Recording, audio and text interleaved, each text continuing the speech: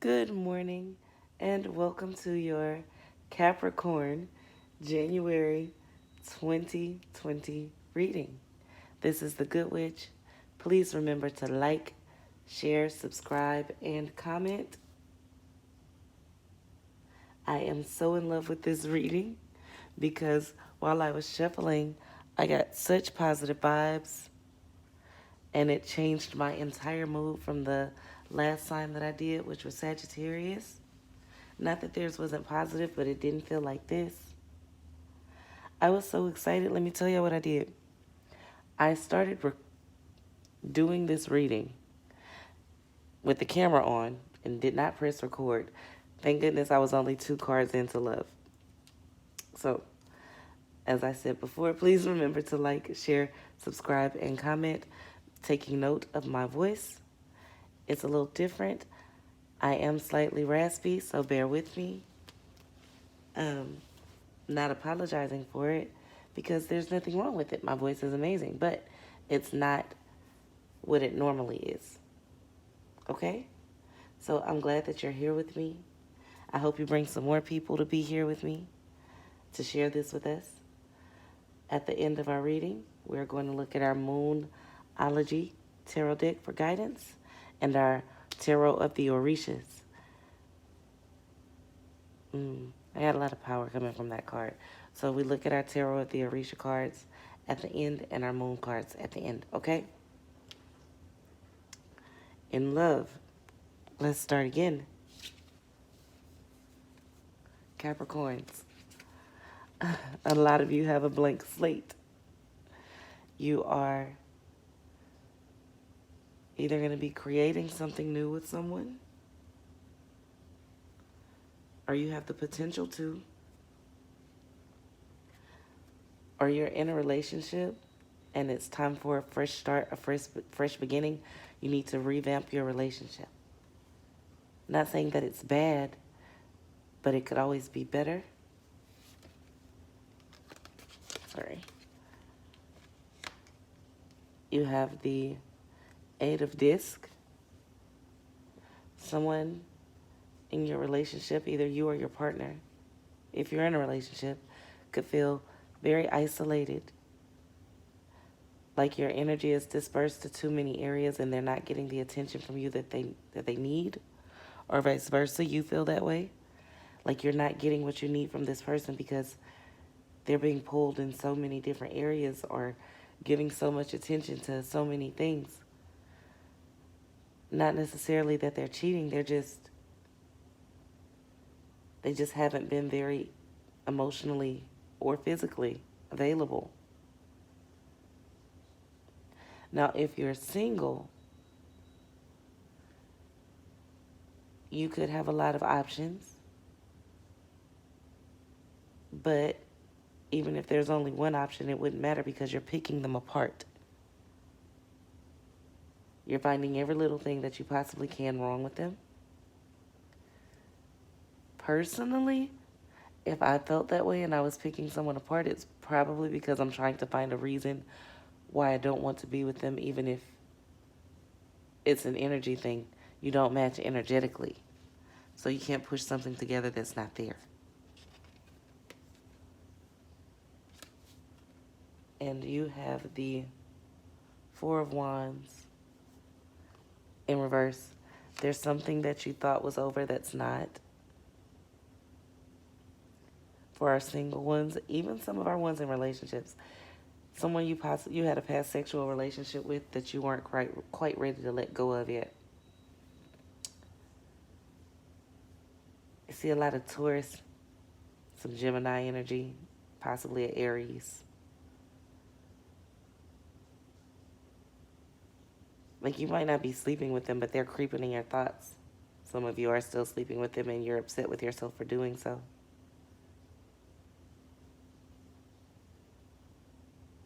Some of you feel like that's what your partner's doing. But I'm sensing that most of them actually are not, even if they are cheating mentally. I don't think they're doing it physically yet for the most part. Especially if their name has a V or a T in it.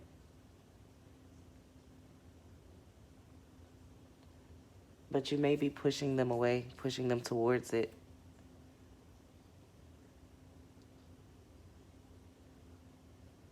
Some of you have a partner that's starting to feel like you always accuse me of doing it anyway. Why not? Why shouldn't I just go ahead and do it? Or maybe that's you feeling that way.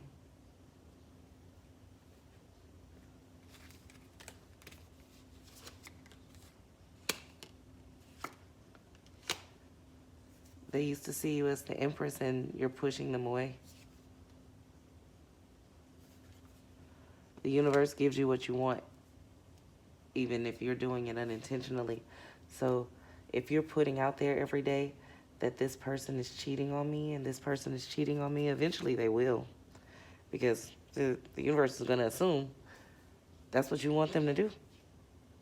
Because you keep accusing them of it even if they're not. And maybe they're doing this to you. And it's possibly because you guys have a history of having an in and out, back and forth type of energy. And one of you is really trying to be there. But you guys are slitting your own throats with the petty arguments. Excuse me. And it seems like you may just be tired. You're just ready to cut the whole situation off. You're just tired of it. And if this is the single person that's picking someone apart or being picked apart, it's because you remind them of someone. You have similar personality traits or you look similar to someone that they knew. They're hearing Usher.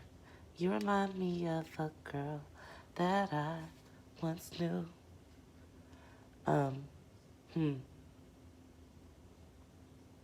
Personal opinion, let that shit go. Or you're gonna have to get out of your head. Let's look at your finances. We might come back to that. Let's look at your finances. Okay. Okay, 10. You got your fortune card. You got your 6 of discs. You got your success. Ooh. And you got your 9 of discs. You got your gain. So, what I'm seeing here is you're successful.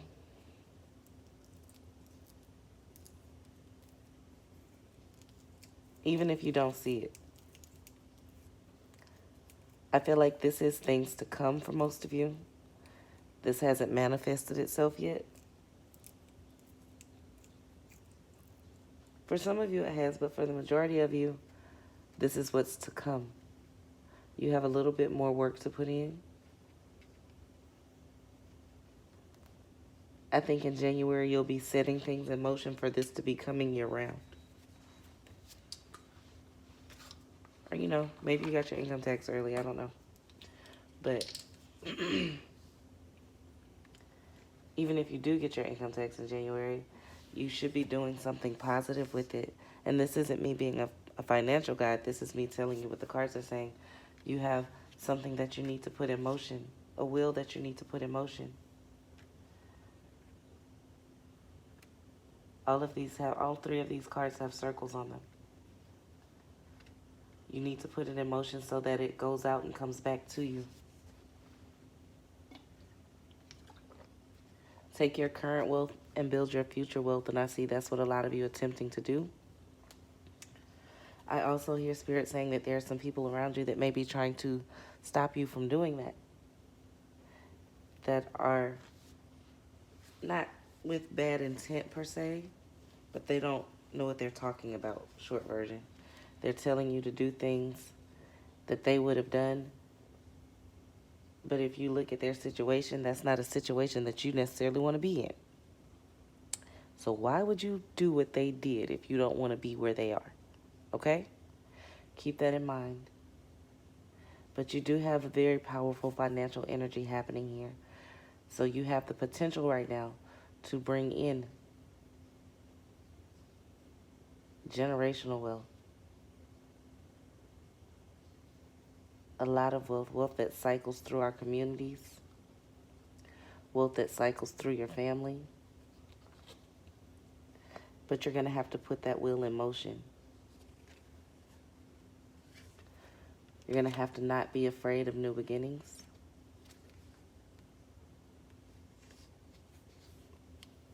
You're worried. This particular portion may not be for everybody. It's not. It can't be. Hopefully, it's not. Some of you, the person that this is for, the people that this is for, this particular section right here. You've suffered a lot of losses. A lot of losses. Some people that you loved have possibly passed away, and you're feeling like one day you're here and the next day you're gone. You're wanting to blow through your finances because you only live once and you never know when you're going to die. You have that type of energy right now.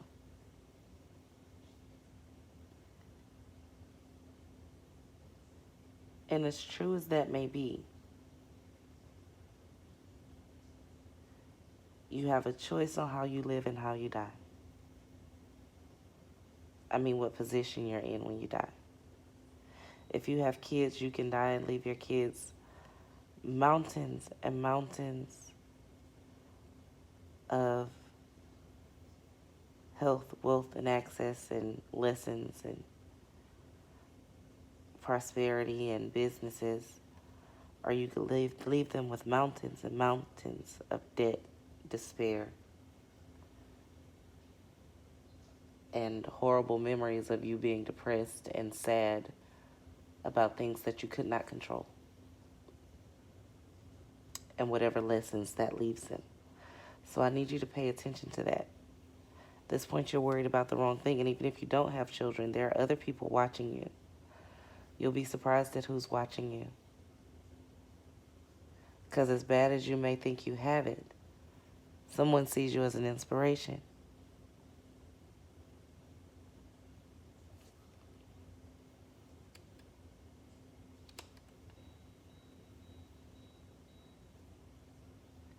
Take the good from the people that you lost. Don't dwell in the pain. Dwell in the positivity. Dwell in the fact that you had them for when you had them. And trust me, I've had so many losses, and I know this. I understand this way more than I'd like to sometimes. But take the losses as not really losses, but you gain them being around forever, just as you remembered them in their most positive state. If you got in a fight with somebody right before they passed away,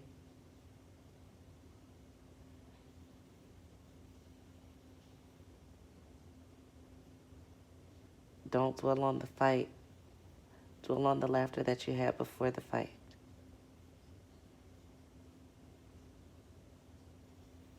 Think about the laughter that you would have had after the fight was over.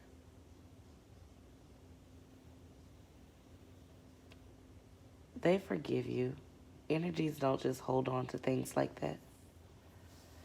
And torturing yourself and your family isn't the way to deal with it, okay?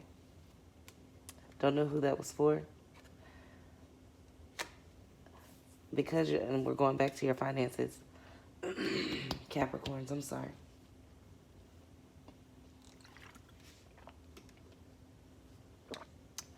So, your fear of new beginnings is making you lose focus on your coins right now. But you have the opportunity to set up all of this generational wealth and well-being. And you have the strength to pull through this. You have the strength to do it. It's going to take some willpower on your part, though, okay? So let's look at your lessons. Your lesson for the month of January. Maybe it's more than one.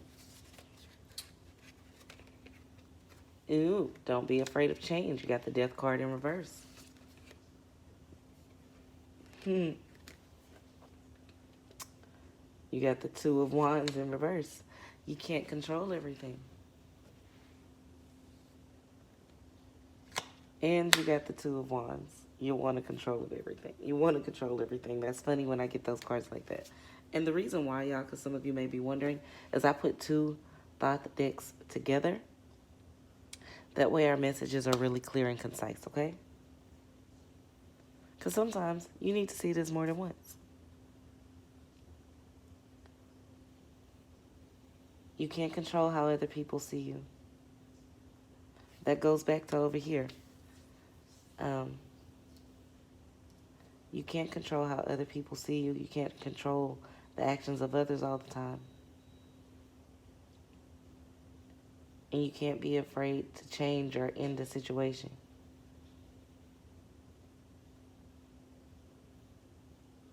Energy cycles, it doesn't go away. So you're going to have to learn that this month. That's the lesson that you need to learn this month. Don't be so scared to change.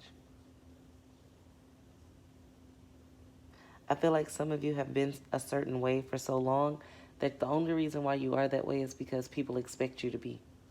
That's not even really who you are anymore. It's just what you show them because they're comfortable. It's time for you to be comfortable, and some of them may have to be uncomfortable. And that's okay. If putting you first is the change that you're afraid of committing to, that's no bueno, and you're going to have to get over that. Okay, let's look at our Moonology card. Moonology Oracle card. What is the name? Moonology Oracle card. Yeah, that's the name of these particular cards. I love them, but I often forget names. I'm horrible with names.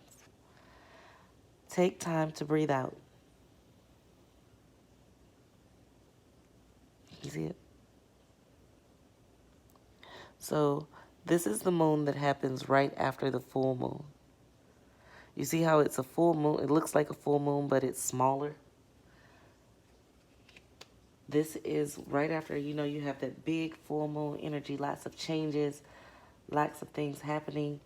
This is right after that settling point where you're not really beginning new things, but your intent is to walk in those new things that you've just begun, because a lot of people begin new things on the full moon and you tend to lose energy afterwards because you're so tired from all the effort that you put forth. Hi, Bandersnatch. Don't knock over this. Bandersnatch came to visit. So it wants you to avoid falling into a slump.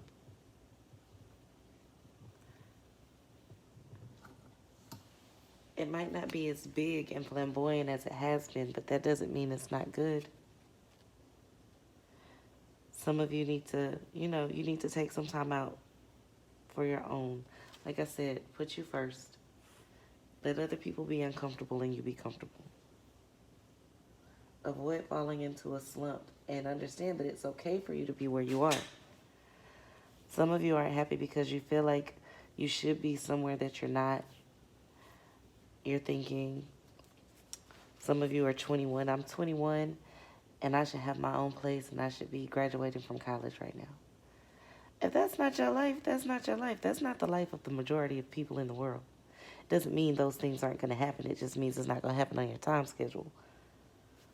And time isn't real anyway.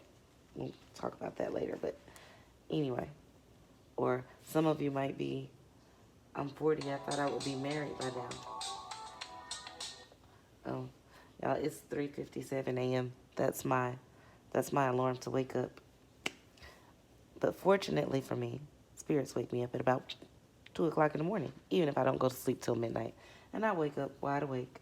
Anyway, so,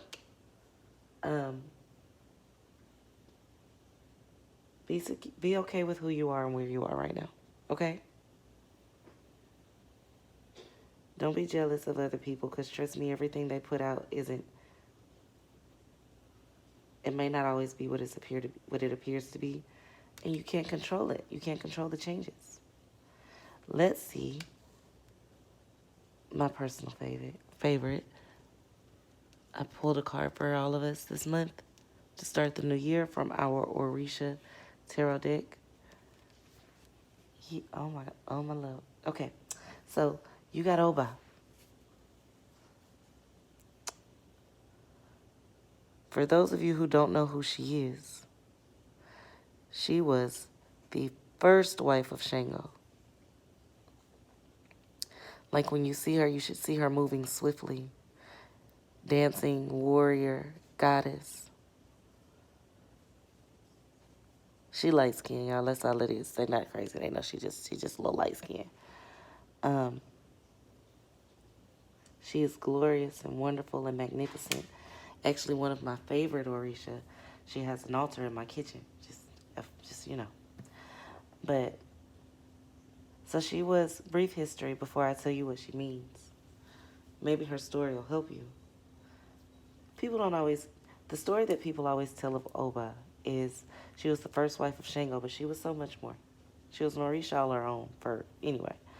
But, so, you see how she's holding that sphere, that, what do you call that thing? That shield by her head? It's because Oshun was Shango's second wife. He had about 3 wives. But Oshun was the second wife. Oba was the first wife. She was the queen wife. But she saw how much attention he was giving to Oshun and got really jealous and wanted more of his attention, kind of like how you were feeling over here. So it said that Oshun, or either Oya, one of his wives, I'm not sure, one of his other wives, one of his other pieces, one of his other goddesses, tricked her and told her that if she cut off her ear and put it in a soup and he ate it, he would love her forever, even more. And she thought they were telling her this as like friends, like, you know. So she did it. And when he found out what she did, because, you know, that's not something your ear missing and something you can really hide for long. He didn't eat the soup. He found out what she did because he felt like something was wrong. And she was cast out. Because she was jealous and she was trying to trick him and she listened to a false friend and all this other stuff. And that's where they normally stop her story. But what they don't tell you is that even after she went through all of that, even after she had the fake friend, even after she had the failed relationship with someone who didn't give her the attention that she wanted, even after she was jealous, even after she was flawed, even after she mutilated herself for the love of someone who didn't deserve her or want her at the time, even after she did all those things, she went on. She got remarried to someone who adored her. She became extremely wealthy. She became extremely powerful, even more than she ever was. A fierce warrior. A fierce businesswoman. And a mother to many. So they leave off that back end when they tell the story of Oba.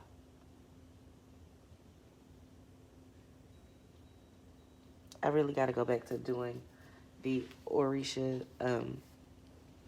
the Orishas on my site, on my YouTube. I did Yamaya, and I did a Shango, but I need to do more.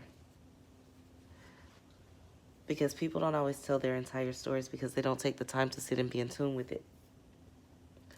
So take a lesson from her.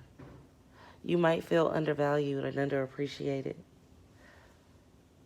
But it gets better. You might have done some things. You might have cut some people off and had to start over. But when you start over and you have lessons. And when you start over, it's not really starting from scratch because you'll take the lessons with you that you learned. In your wealth, you have the opportunity to create generational wealth right now. But you're going to have to do that without being afraid of new beginnings, without worrying about the past and what other people may think of you as you change and as you grow. You're going to have to be strong in yourself. You're going to have to stop fearing change. You're going to have to stop wanting to be in control all the time. You're going to have to lose that control. And oh my God, as I said this, I just realized I have a very close friend, a sacred sister of mine, who is a Capricorn, who this is very, very, very relevant for. I'm going to have to text her when I get done and tell her to read it. Listen. And some of you may need to listen twice to make sure you get all of the messages, because there's so many messages in this. I don't even think this is really for just Capricorns. I think this might be for so many people. This might actually need to be, it's a Capricorn reading, but it's definitely, definitely valuable for so many people. So I want you to like, share, subscribe, and comment. Tell me how it resonates. I look forward to seeing you guys in the comments and the subscriptions. And I just randomly picked up the cards, and this Wheel of Fortune came out again. The same one that was here. So you really have the prospect of creating that generational wealth right now. But you have to do that work. And you have to stop being so scared, trying to control everything. Peace, love, and light. Remember, Oba, from The Good Witch.